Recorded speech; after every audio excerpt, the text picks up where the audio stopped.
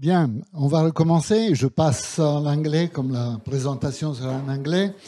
So it's my great pleasure to introduce Naama Friedmann, who was invited jointly by the chair of general linguistics and of cognitive experimental cognitive psychology.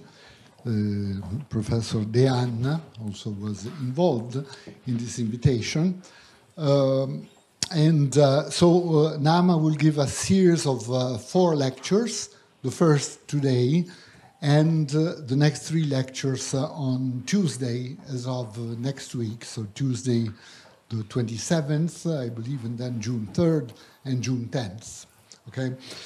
Okay, so Naama Friedmann is one of the outstanding specialists of several fields, in fact. One is, experimental psycholinguistics. I mentioned this field a little bit in my course. Then the study of language acquisition, neurolinguistics, the ephesiology, and a number of other domains. In fact, it's easier probably to indicate the domains that she didn't study in the cognitive study of language than the domains that she has contributed to in very important and influential ways. Okay, as a linguist, I should add that I find discussing with Naama and interacting with her extremely useful and pleasant because she's a linguist. I mean, she's a wonderful experimentalist, of course, but she's also a linguist. She really thinks linguistically, as you will see, in terms of structures and interactions of rule systems in a way that is absolutely congenial to current formal linguistics. And another thing that I'd like to stress is that Naama has an extraordinarily concrete, practical approach, right? So as soon as she gets a result, she immediately starts thinking, how can I use it? How can I use it in practice, for instance, to improve things, to improve the situation of a patient? And I find that aspect absolutely extraordinary. So without further ado, I leave the floor to Naama Friedmann. Thank you very, very much. I'm very happy to be here. Thank you for the invitation. And I'm very happy to see faces that I know and love here in the audience, but also new faces. And I really apologize for not being able to speak in French, but I think in a way it relates to the talk that I'm going to give you.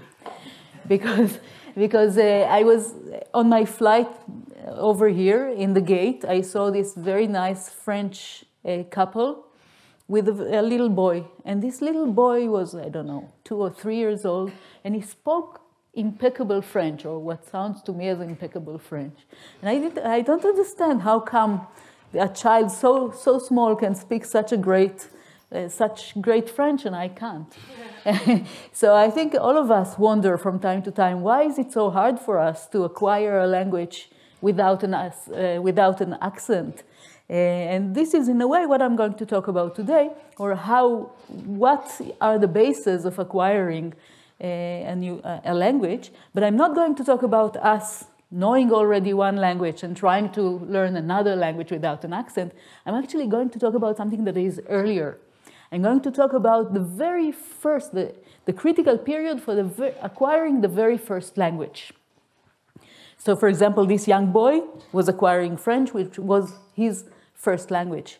How is it done? What are the obstacles? What are the things that we have to have in order to acquire the first language in a good and sustainable way? And for this, I'm going for Goslings.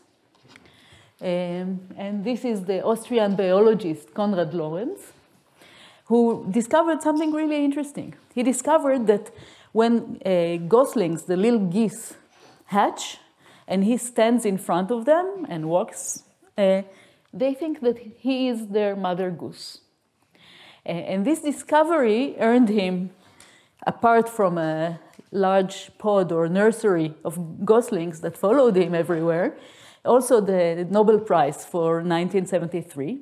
But for us, we earned something really important from this discovery. There is something about a critical period in which things can happen just within this critical period. So this phenomenon called imprinting happens only in the first half a day after the goslings hatch. So if they see a large object or person or their mother walking in front of them, they will think this is their mother and they will follow her or him. But if it happens 2 days later, it doesn't happen anymore. So there is a critical period within the first day after hatching for this imprinting phenomenon. It can't happen afterwards. And the same not only with goslings, but also when we talk about songbirds, for example. There is a song of the species, of this kind of bird that they are born with, but there are also songs for different neighborhoods, right? We always, one of my favorite things is listening to blackbirds in different countries and in different neighborhoods and comparing them. They are different. Why are they different? Because the birds learn the song of their neighborhood when they are very, very young. And here, again, there is a critical period. So we can learn these, the birds, can learn these songs between 10 days after they are born and 50 days. But if they are not exposed to the song of their neighborhood, if they don't hear the songs of this area, between the 10th and the 15th day, 50 days after they are born, they will not know this song. Even if they are exposed to this song only after 100 days, when they are 100 days old, that's it. They can't learn this song. So there is a critical period for learning songs. There are also other critical periods. Hubel and Wiesel found that there is a critical period for the visual cortex to organize and to be, so there are areas, there are cells that are dominant for one eye and for the other eye. This is also something that is subject to critical period. We talked about the blackbirds.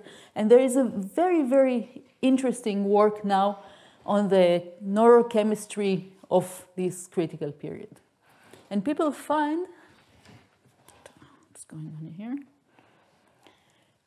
that they already identify the biological mechanisms that that underpin this kind of critical period.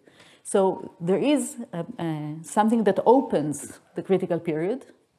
There is the duration, and then there are molecular breaks that close this critical period. And every time when we look at these kinds of papers, this is, for example, a paper by Werker and Hensch, they talk about an interplay, and this is, I think these are the two main pillars of this talk, an interplay between maturation and experience. So between some processes that happen, neural processes in the brain, and experience. When we look at other papers like Carla Schatz's papers, for example, she also talks about the neural development and about stimulation. You see that? It's the brain and the experience. And also work here by Alain Prochans, talking about the biological mechanism. Again, they are talking about neurobiological mechanisms and input. So these are the two pillars that I'm going to talk about today that are really important for the critical period for us humans for language. So I talked about goslings and birds and cats, and now I want to talk about people, about little people that become larger people later. And the question is, in what way are we subject to critical periods? And specifically, is there a critical period for language? And I'm going to talk about these two pillars that I was talking about before, language input and brain development. So for language input, most of my work is concluding from language impairments onto the process of language acquisition and normal, typical language. So I'm going to look at individuals who were born deaf And in most of the talk, I'm going to talk about individuals who were born deaf, but had no exposure to sign language. Afterwards, I'll talk about what happens when they do have exposure to sign language. And I'm going to talk about individuals who had problems in their brain development in the early stages of their life, not only language acquisition. And when I talk about language input in deaf and hard of hearing children, I'm going to talk about their syntactic impairment quite broadly. And then I'm going to talk about what happens when, well, you will see, actually. And with brain development, I'm going to talk about another group that had deficient brain development during the first year of life. So I'm going to start with the first pillar, talking about input and talking about how important it is to have input during the critical period for language acquisition. And this work was done mainly with two of my ex-MA and PhD students, Dr. Ronit Sterman and Dr. Manar Haddad Khana. Ronit did most of the work on the acquisition of Hebrew, and Manar did most of the work on the acquisition of Palestinian Arabic. These are the two main languages that I'm going to show you data from. So I'm starting now with individuals who were born deaf, who were exposed only to oral language, okay? And I'm going to ask how they fare in the comprehension and production of language. And specifically, when I talk about language today, I'm going to talk about syntax. We are in Professor Rizzi's course. I'm going to talk about syntax. So how do we assess if someone understands a complex sentence? A sentence with what Professor Rizzi called displacement, with movement. So let's look at this sentence. For example, which dog does the cat bite? We can show two dogs, one cat in this picture, and we can ask the person to point to the picture that matches the question. So I did it, and this is one girl who was hearing impaired from birth, deaf and hard of hearing from birth, and this is what she told me. That's hard. And then she points to the left one. And she says, right? And then she thinks, and she said, no, this one. And she's pointing to the right one, to the one on the right. And then she tells me, say it again. And I say, which dog does the cat bite? And she says, how? They don't say. So for her, the sentence doesn't include information about whether the cat is biting the dog or the dog is biting the cat. So she understands the words, but she doesn't understand who does what to whom in the sentence. Let's look at this. This is another child, a 9-year-old boy, also deaf, orally trained deaf. And what I asked him to do is repeat after me. So at present, he had two hearing aids in both ears, and he was hearing me well, and I asked him to repeat after me. And this is what he did. For example, I asked him to repeat, which teacher does the boy like? He just had to repeat what I said. And he says, which boy, which he likes? He likes teacher. Which he likes teacher? So he knows that there is something about a boy and a teacher and someone liking someone, but he can't reconstruct the sentence. So he has a problem probably in understanding the sentence and in producing it. And then I say, this teacher the girl found. In Hebrew, it sounds better. And he says, this teacher, she found this girl. Daddy said that mommy is asleep. Perfect. He succeeded. He repeated well. This is the student that the teacher liked. This teacher, she liked this student. So there's something here. It's not that he has a problem in memory. He doesn't have a problem in repeating everything. He has a problem in repeating specific sentences. And when you look at the sentences that he has trouble repeating, the ones on the top, you see that there is something shared between these sentences. There is something that all these sentences, the difficult sentences, have in common. And this is this kind of displacement, movement. So you can see that which teacher that the boy likes, it's the boy likes the teacher, and then but the teacher appears in the beginning of the sentence, right? Or this teacher the girl found. The girl found the teacher, right? But the teacher is in the beginning.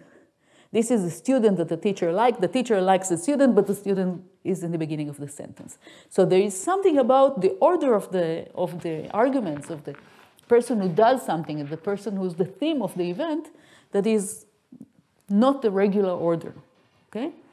And the idea is if we look at syntactic theory, the idea is that these kind of sentences are a result of movement.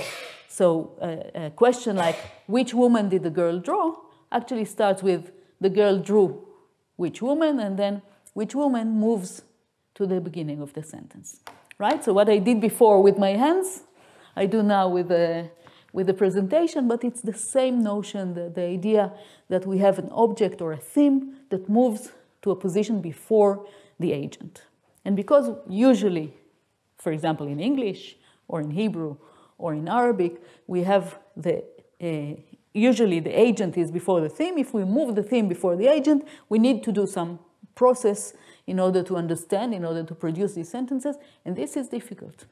Okay, this kind of movement, and I'm sure in the rest of your course here, you'll understand better in a more formal way what this kind of movement is.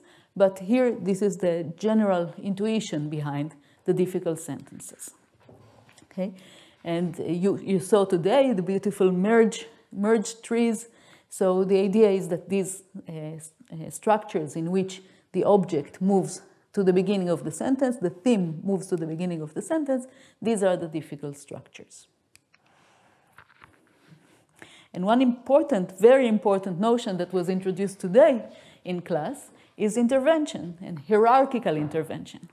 And the idea is, what we find is that consistently for individuals with hearing impairment, deaf and hard of hearing children, show difficulties in cases where there is an intervention between the thing, that the original position and the new position to which the argument moved. So, for example, if we have something like, which grandma did the girl kiss? Right? Grandma moves to the beginning of the sentence, but you see that it's stuck in the middle. There is some intervention. The girl intervenes in this movement. And these are the structures that are more difficult for the deaf and hard of hearing children to understand. Now I'm going to show you data, but I want you to have the concept, the idea of what is especially difficult.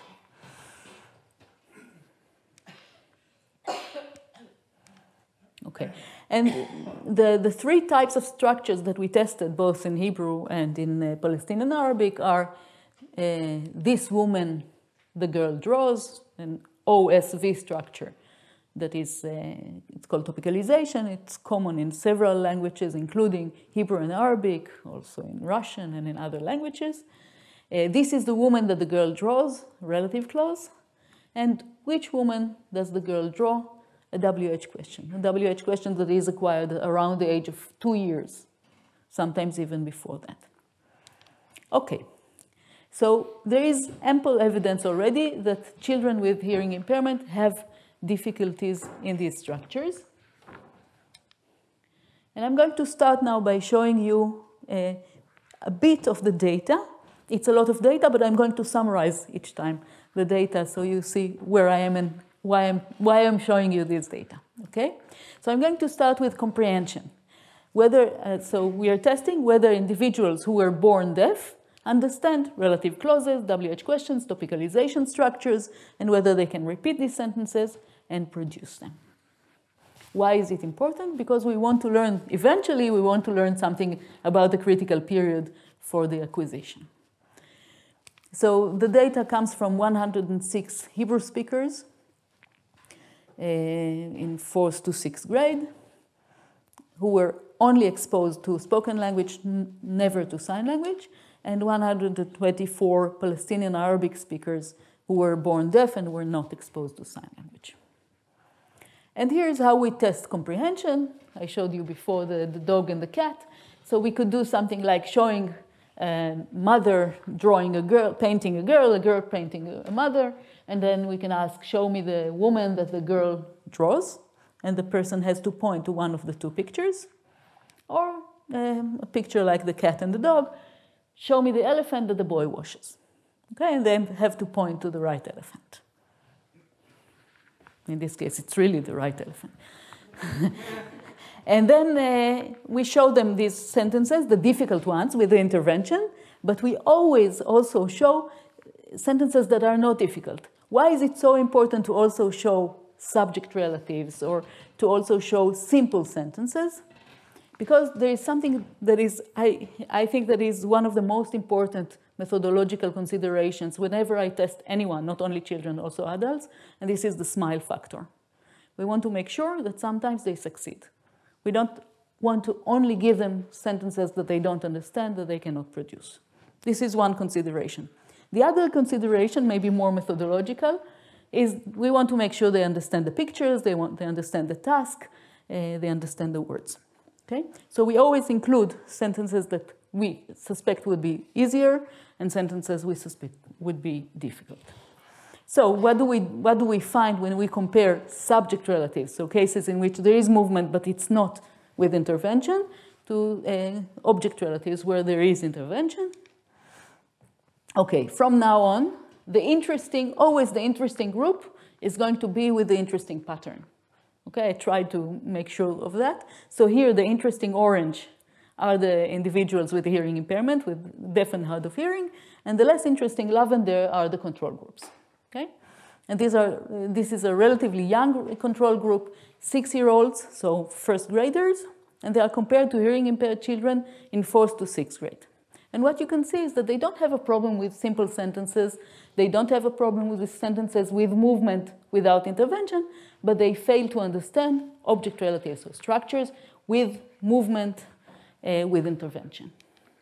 So when we show them, we say, show me the girl that the woman is drawing, they don't know which picture to choose. And also with the other kind of picture, show me the elephant that the boy is washing. Again, the same picture. They don't understand movement with intervention. And they say that. They often say, when we discuss this, they say, I didn't. So the sentence was, show me the girl that the woman cuts her hair. In Hebrew, it's one verb. And they say, I didn't understand. The girl, what? And then I repeat the sentence, and she says, something here. Strange sentences. I usually get, comments from the participants. I just use strange sentences. The girl cuts hair. I didn't understand a thing.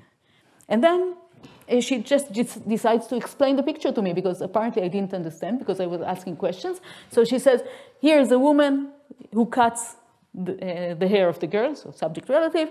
She cuts her hair. She cuts her hair. I really don't know. Okay, so she understands perfectly. She understands the pictures. She understands the words. She just cannot understand what I want when I say the girl that the woman cuts her hair. Okay, so again, it's this movement with intervention. Now, what's important here is that we saw that there is a severe difficulty in understanding, but not all the participants had the same problem. Right? What you see here is each row is a different child. Okay, and on top, the orange are the ones, the performance that is significantly below the controls. And you can see that, and the first row is the object relatives. You can see children who performed very poorly on object relatives, but not all of them. Some of the DHH children, deaf and hard of hearing, DHH children had normal syntax. And remember this because we will see it in every experiment that I show you. And this will be the key to understanding critical period in this group. Okay, and now we test WH questions with movement. We see the same pattern. I'm jumping because the actual chart is not really important. What's important is to know that every structure with movement shows the same difficulty. So which dog does the cat bite? You see this movement again. Difficulty in understanding. They fail to understand what I want in these sentences, even though questions without movement are not very difficult.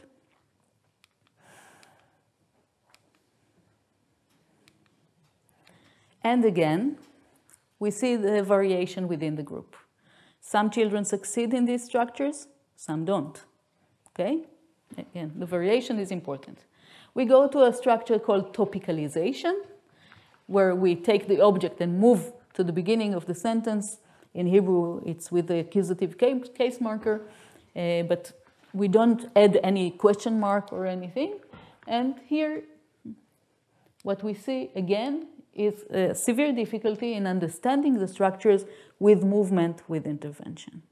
So if I summarize this part about comprehension in DHH in Hebrew, what we see is that they have difficulties in understanding structures in which there is movement with intervention. So, at least in Hebrew now, we found a deficit in the comprehension of sentences derived by movement with intervention, and also we found variation within the group. Not all of them are impaired. Some of them are impaired, and some of them show typical comprehension. We tested the same questions, relative clauses, topicalization in Palestinian Arabic. In DHH children, here the group was a bit older, so it got up to 21-year-olds, so young adults. But we see exactly the same pattern.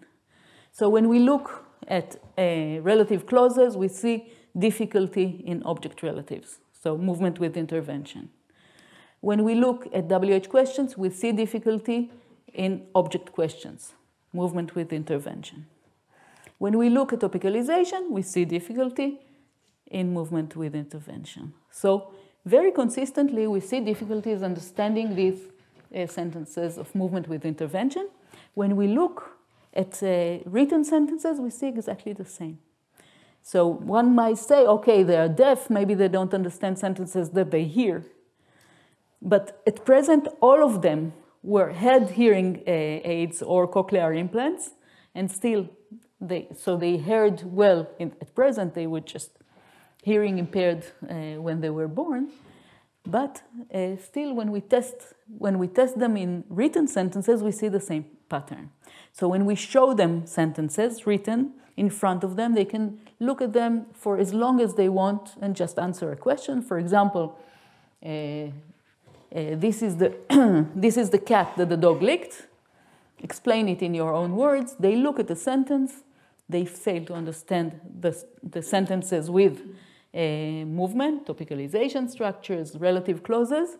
When the movement has this kind of intervention structure, they explain very well simple sentences, subject relatives, etc. So they don't have a general problem with explaining sentences. They just don't understand these sentences, and it doesn't matter if they're heard or read.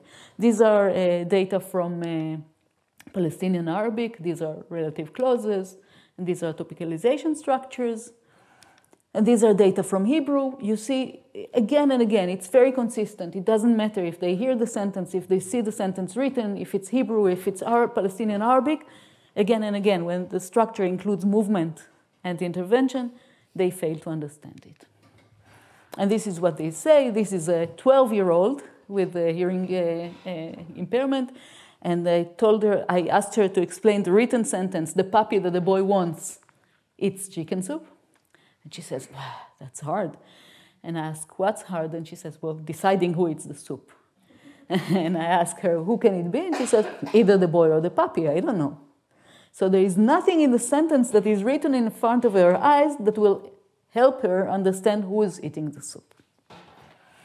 And of course, when you see that this happens also in written sentences, you can imagine what happens to these children when they read texts, right? Because text might include a lot of sentences with movement.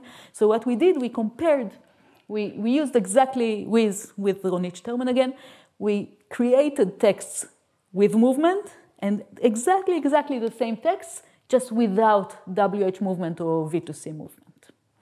And you cannot imagine how difficult it is to create a text without movement. It's really, if you try, you have a free afternoon and you want to do something fun, try to create a text without movement. Really difficult. We made it, and we compared their reading and their comprehension of text with movement and without movement. Exactly the same texts. And what we found will not surprise you at this point, that when we looked at their comprehension of the text, and we even looked at how they read the text aloud. And what we see is a very, very clear difference between how they understand texts with movement, and how they understand exactly the same text without movement with intervention. Okay? And when we compare yes, that's the same thing. And we even saw an effect on their reading aloud. So when you do not understand a sentence, it's difficult also to read the sentence aloud. And they made errors in reading the sentence aloud because they did not understand the sentences. And then you can start thinking about these children who sit in a class and they are asked to read the text, and what do they understand from this text, and how can they even manage to read the text aloud. And there were very clear differences between the structures with movement and without movement. More data, but the same thing. And again, I'm going back to the variation. Okay? It's not the case that all DHH children have difficulty with these structures with movement. These are children who had problems with syntactic movement, but these are DHH children with intact syntax. You see that their syntax is just like the hearing control group. So what is going on here? We'll find out soon. And the same also with the reading aloud. There were children who were just like the controls, even though they were born deaf. So I summarize here the comprehension part. They have problems in object relatives, in topicalization, in object questions. There is variation within, both in Hebrew and in Palestinian Arabic, and there is variation within the DHH group. Some of them succeed, some of them fail in movement structures. So we looked at comprehension. I'll just shortly talk about production. So is it a problem also when they have to say the sentence themselves? How do you make someone who has a problem with movement say a relative clause, an object relative clause? Not easy. But there is a task that we really like. We call it the preference task. And usually with children, we tell them, I'm creating a list of what children like for adults, because adults sometimes don't know what children like. So I'm going to give you some options, and you'll tell me which child you would rather be. For example, imagine that there are two boys. One child drinks Coke, one child drinks water. Which child would you rather be? Please start with I would rather be. And then they have to say I'd rather be the boy who drinks Coke. Okay?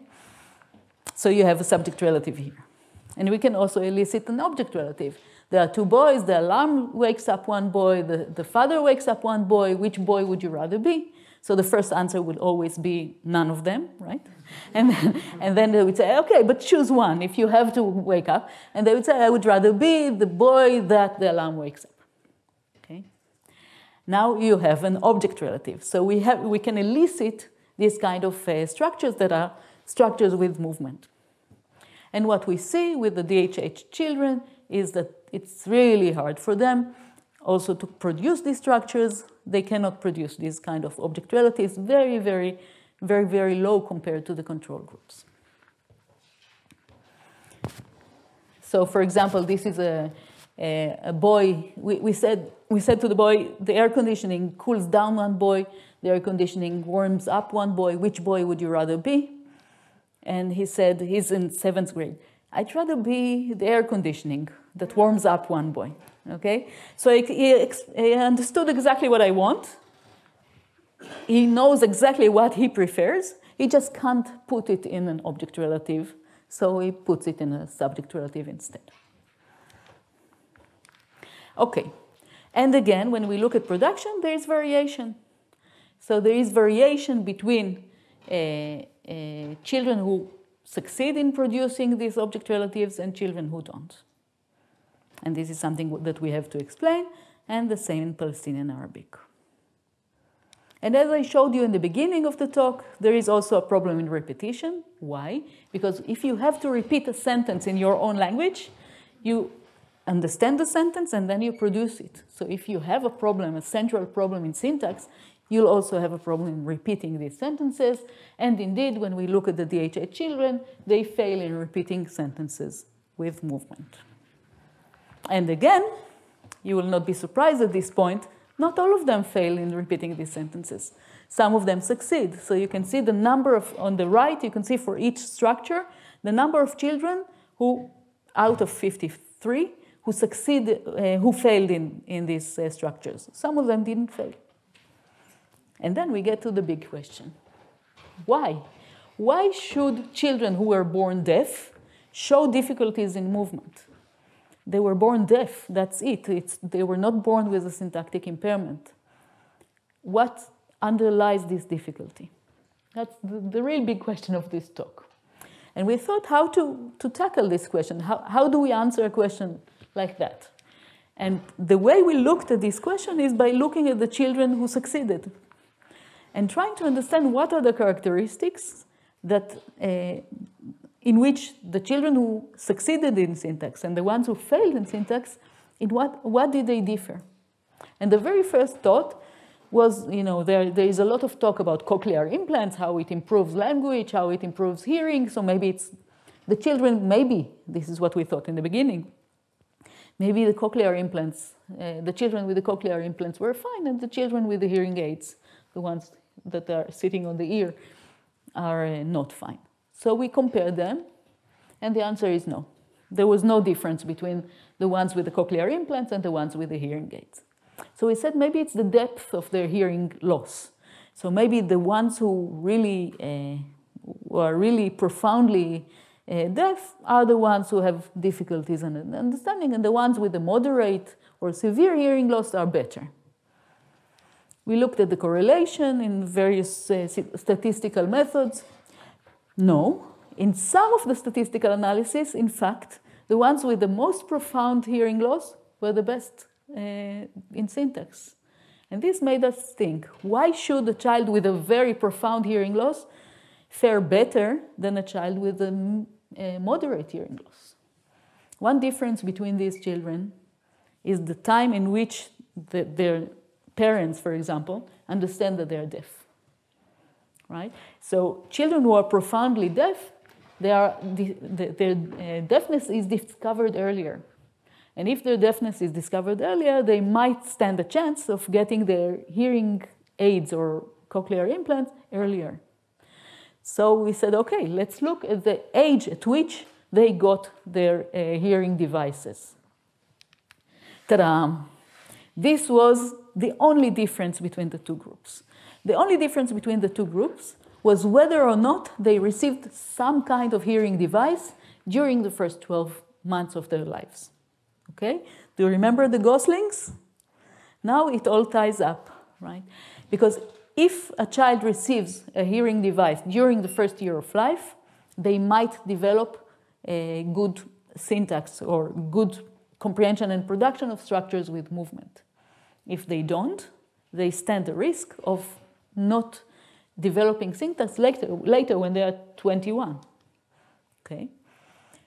So what we suggest based on that is that there is a critical period for first language. So this is the acquisition of syntax in the first language, which is the very first 12 months. Okay? Why do we think that it's a critical period? Because what happens when a child is born deaf and doesn't receive any kind of hearing aid or cochlear implant and no sign language input? In this case, they just don't have enough, they don't have sufficient language input, right? People are speaking around them, people are speaking with them, but they don't hear it. So it seems that they don't get language input. And if they don't get language input, it seems like their critical period just doesn't open. Okay, they miss the critical period. We later did this same analysis with another group of children, with 48 children, finding the exact same thing of the first 12 years of life. And we looked at the literature, and we do see quite a lot of talk about critical period for language, not specifically for syntax, but there are data showing that if, for example, and there is beautiful data from Maybury on the acquisition of sign language, if you are exposed early to sign language, then later, for example, you can acquire English normally. These were not, especially syntax and movement, but the same notion of the crucial part of input during early language acquisition. Recently, this is not published yet, but recently we took a larger group, both in Hebrew and in Arabic, and we looked at the children with early exposure and late exposure with a lot of syntactic tasks. And what we see again is that when we look at the children with early exposure, almost all of them show intact syntax. When we look at children who had late exposure, and here late exposure is after 1 year, so 1 year and 1 month and on, we see that 39 of them had impaired syntax and 5 of them had intact syntax. So it's a huge difference in the matter of several months. And for Palestinian Arabic, we found exactly the same. I'm skipping here a bit. So we see here the crucial role of language input, right? So until now we were talking about language input and talking about children who were born deaf. If they get language input during the first year of life, then they can develop syntax normally. But if they don't, then they have a clear risk of having impaired syntax. And this raises, I think, a few critical period, just to when we talk about critical period, and usually when we sit in psychology classes or linguistic classes, usually this term critical period comes up, and people say, talk about age for the critical period for language, right? And the age is what? 15, 9, 12, what did you hear? 7, right? So 12, 15, 13, 7, 9. So this is something in years, right? 13 years, 15 years, 9 years, something, puberty. But we are not talking about this kind of age. We are not talking about individuals who already have a first language and then they acquire a second language. We talk about the critical period for the very first language. And this is the very first year of life. Okay. And what does it mean in terms of the biological mechanisms underlying this critical period? What I think it means is that, and I said it before, there are all kinds of triggers that actually molecularly open the critical period. And it seems that these biological mechanisms need input to stimulate and to trigger this opening of the critical period. And if a child does not get enough input, it doesn't trigger the opening of the critical period. And that's it. So it raises additional questions as to what happens when a child loses their hearing after, for example, after the age of 2 years, right? If they had a normal critical period and then something happened. What happens with children who lose their hearing only in 1 ear? What happens with children who do get sign language input? So let's see. Let's start with children who lost their hearing after the age of 2 years. We tested 7 children like that. And we tested them with all the tests of object relatives, topicalization, WH questions, and look at how many 100% they get. So, right, at present they are hearing impaired. They lost their hearing, but their syntax is fine. Why is their syntax fine? Because they got their input at the right time. What about children who have hearing impairment only in 1 ear? So we compared this, we did it in Palestinian Arabic, and we looked at 20 children who lost their hearing only in 1 ear and children who lost their hearing in 2 ears. And you see that the children, the pink children, are the ones who had lost their hearing only in 1 ear. They behave like the hearing controls. So it's enough to get an input in 1 ear in order to trigger this critical period, to open the critical period. What about children who were born deaf, but did receive language input from birth in the form of sign language? And this is work with Neta Chalutz and Doron Levy, my PhD students. And what we did was looking at structures in Israeli Sign Language that involve movement with intervention. We got a lot of help from Carlo Cecchetto's work on structures with movement. And we searched for structures with movement in Israeli Sign Language, and we tested whether they understand these structures, whether they are able to produce these structures, and to make the story. And we used very similar tests to the ones that we used for Hebrew and Palestinian Arabic, but with structures that involve movement. And what we find is that they are fine. They are just like the controls. They don't have any problem in understanding and in producing structures with movement, which is a very happy result, right? Because it doesn't matter what kind of language, natural language, they are exposed to. It's really important that they are exposed to any kind of natural language during the critical period for syntax. So it's not because they are deaf. It's not, the syntactic deficit is not because they are deaf. The syntactic deficit is because they didn't get enough language input during the critical period. Okay, now I'm going to, so we talked about input. That's the pink part over there. What about the brain? What can we say about the development of the brain during the critical period that shows that this is also something that is crucial for the normal acquisition of syntax? And I have to drink before I tell you about it because it's a sad story. It's still sad. We're 22 years afterwards, but it was a big catastrophe in Israel. In November 2003, babies started getting into the emergency rooms with severe neurological symptoms. And it wasn't clear what's going on. They came to different hospitals, but they all showed neurological symptoms that were very similar to Korsakoff syndrome.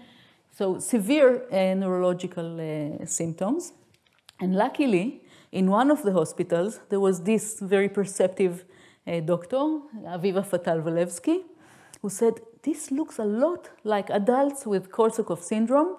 And Korsakoff syndrome results from usually from drinking too much alcohol that reduces the amount of B1 of thiamine vitamin.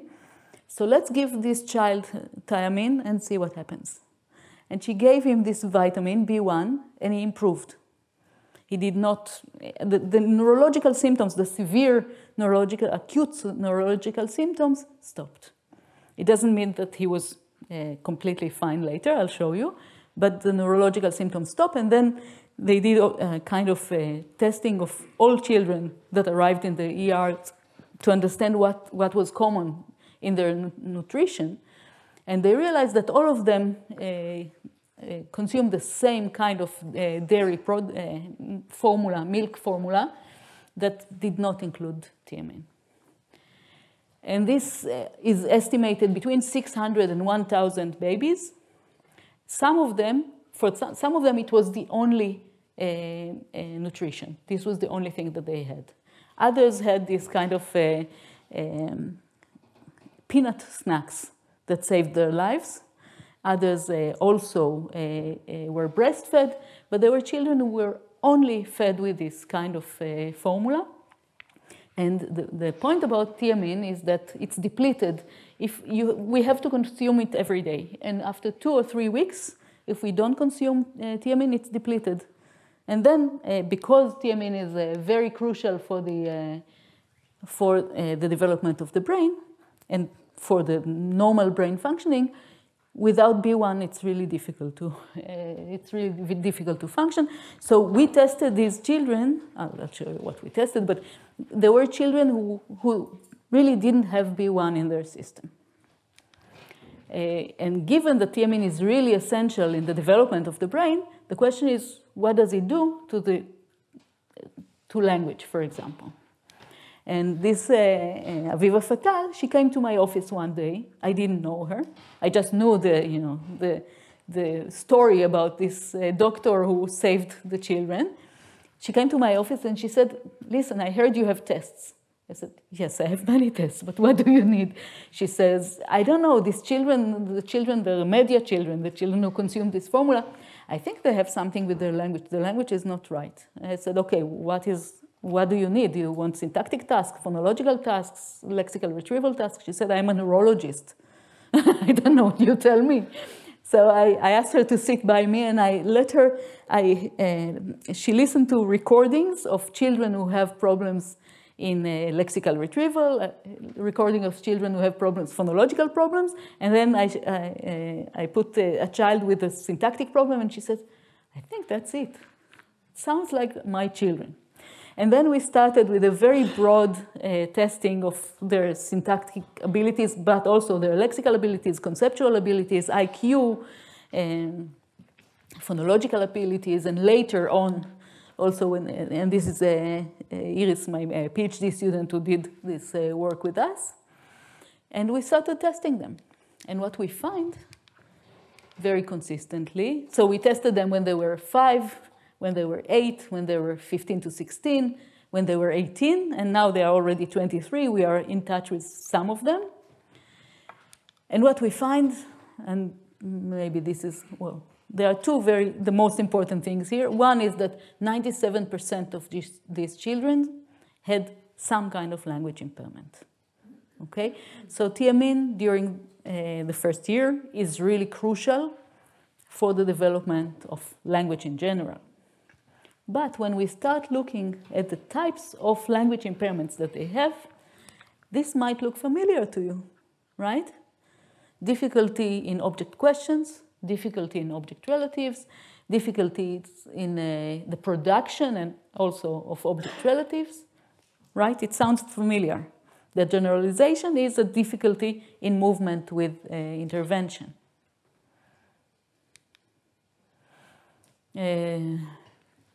Difficulty in repetition as well. So what we see is that TMIN deficiency in these children who were TMIN deprived during the first year of life had problems in syntax and specifically problems with movement. Now, another thing that I can tell you is that remember that there is also the Wernicke-Korsakoff syndrome of alcoholic individuals. They show these kind of neurological symptoms, but they don't show syntactic impairments, right? And this is a very important clue. It's not that the TMIN deficiency causes syntactic impairments. TMIN deficiency causes the brain not to develop normally. And if it happens during the critical period of syntax, then we later see impaired syntax. Okay, so we see that it's it's a critical period in which the brain has to develop normally. And the second important thing that we learned from this, and with this I'll finish, is that there are different critical periods. So when we look, I told you that their syntax is impaired, but what about their other abilities? So for example, we tested their conceptual abilities, their cognitive abilities. Here they only looked at pictures. They saw the wool on top, and they had to say whether it is associated with the lion or with the sheep, without any language. And I'm happy to tell you that they were completely fine, okay? And with 35 of these riddles.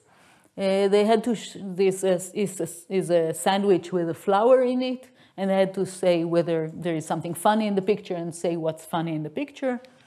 They were fine. They were just like the controls. So it's not a general problem. It's a problem that has to do with language.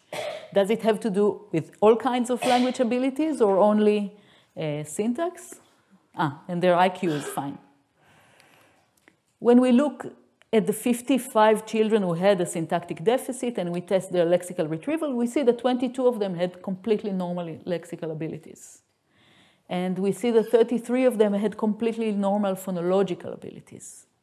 What does it mean? It means that there is a critical period that is selective to syntax, okay? And that there are different critical periods for different abilities.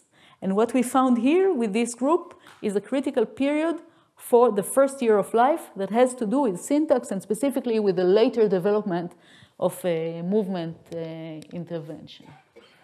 So I conclude here by saying that for this part there is a tight relation between vitamin deficiency during the critical period, CP, and syntax. And I'll let it sink for a second. And and that there is a critical period for syntax that is very early during the first year of life, and that it has two pillars. In order to be able to use the critical period to later acquire syntax, we need sufficient input, and we need the brain to develop normally. And with this, I thank you very much.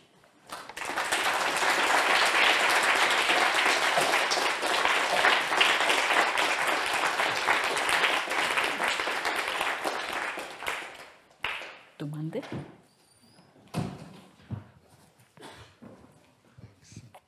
Okay, thank you very much. Naama, let me get out for this beautiful, beautiful talk. So let me just ask you a question to break the ice, and then I'm sure there will be many other questions. About this very surprising difference between the population with severe hearing impairment and less severe impairment, right? In which you surprisingly found that the less severely impaired population, in fact, is not better than the more severely impaired population in dealing with syntax with intervention. And then there is an explanation, as you said, which has to do with how early you figure out that there is a problem. Now, this, I think, raises the question of what exactly is essential in the input to figure out a grammar, to figure out a complete grammar with movement that deals with certain intervention situations, right? Because so how degraded can be the stimulus? I mean, clearly there must be some stimulus. If it is degraded beyond a certain level, presumably it will not suffice. Is there any way of understanding something there? One thing that I was trying to imagine is the relevance of different types of lexicons in triggering the language system, right? So it could be, for instance, that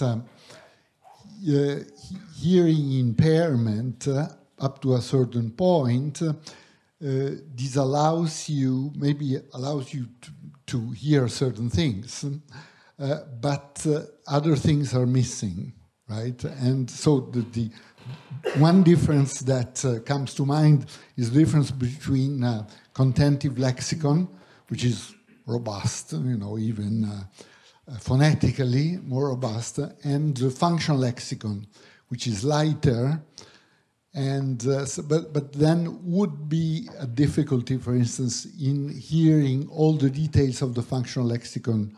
Could that be a cause which could determine then major problems for syntax? Or can one address this question of how degraded can be the input to make it possible to build a grammar, a proper grammar?